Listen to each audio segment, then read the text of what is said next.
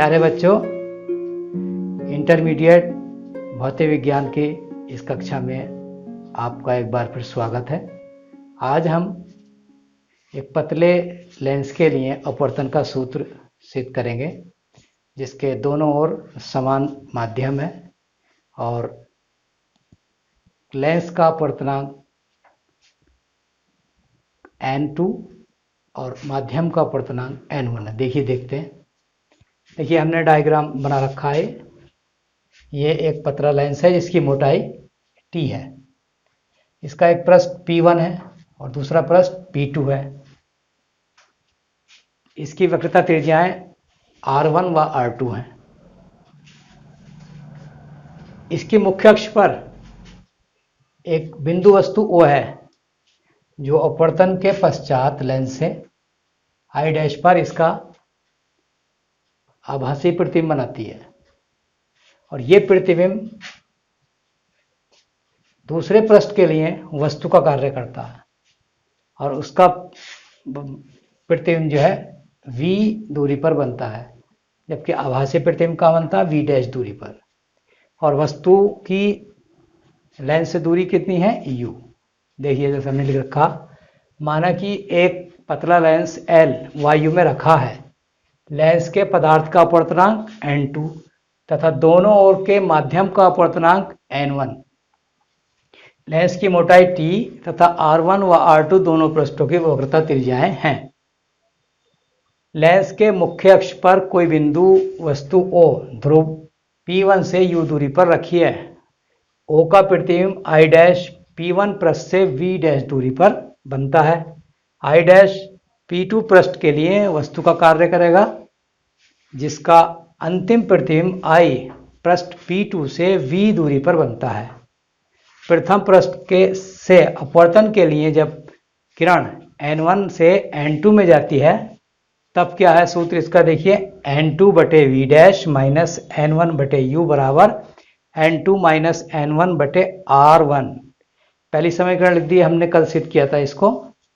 इसी प्रकार से दूसरे पृष्ठ के से अपवर्तन के लिए जब किरण कांच से यानी लेंस से फिर वायु में जाती है, n2 से n1 में जा रही है, तब क्या हुआ? n1 बटा v।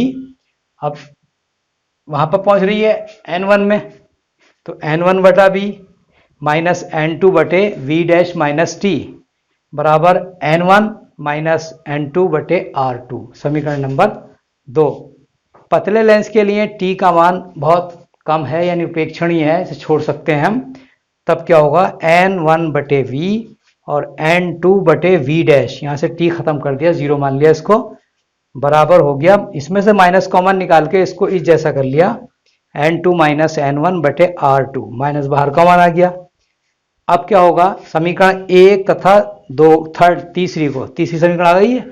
1 और 3 को हमने जोड़ दिया। जोड़ने पर देखिए, पहले हमने पहली उतार ली, उसके नीचे तीसरी उतार ली, तो क्या होगा? n2 बटे v' ऊपर प्लस का है, नीचे माइनस का, ही कट जाएगा। यहाँ बचेगा n1 बटा v माइनस n1 बटा u बराबर n2 माइनस n1 बराबर, और उसके बाद ब्रैकेट में 1 बटा r1 माइनस 1 बटा r2। अब क्या होगा? पूरी समीकरण को n1 से भाग दे रहे हैं। देखिए, n1 बटे n1 v माइनस n1 बटे n1 u बराबर n2 माइनस n1 बटे n1 और 1 upon r1 minus 1 upon r2। देखिए क्या होता है? n2 बटा n1 यानी n1 के सापेक्ष n2 माध्यम का अपवर्तनांक, इसे हम n मान लेते हैं, निरपेक्ष अपवर्तनांक है। तो 1 बटा v माइनस 1 बटा u n minus 1 upon r1 minus 1 upon r2। अब यदि ये मान लें कि वस्तु अनंत पर है, तो प्रतिबिंब 2f पर बनेगा, द्वितीय फोकस पर बनेगा। तो क्या होगा? u बराबर अनंत रख दिया हमने, v बराबर f, क्योंकि v प्रतिबिंब की दूरी है तो f पर बन रहा। अब क्या होगा? 1 बटा f माइनस 1 बटा अनंत is equal to n minus 1 upon r1 minus 1 upon r2। और 1 बटा इन्फिनिटी का मान कितना होता है? 0 होता है। 1 बटा अनंत का मान 0। तो 1 बटा f is equal to n minus 1 और 1 upon r1 minus 1 upon r2। यही लेंस मेकर का सूत्र है।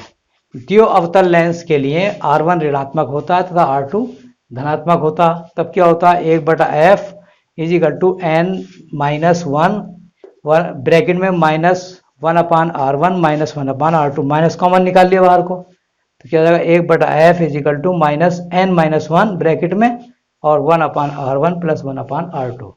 इस तरीके से हमारा ये सूत्र प्रूफ हो जाता है। अवतल लेंस के लिए फोकस दूरी ऋणात्मक होती, क्योंकि ये माइनस का चिन्ह आ रहा, इसीलिए माइनस की मानी जाती है। तो आज के पीरियड में बस इतना ही। Thank you.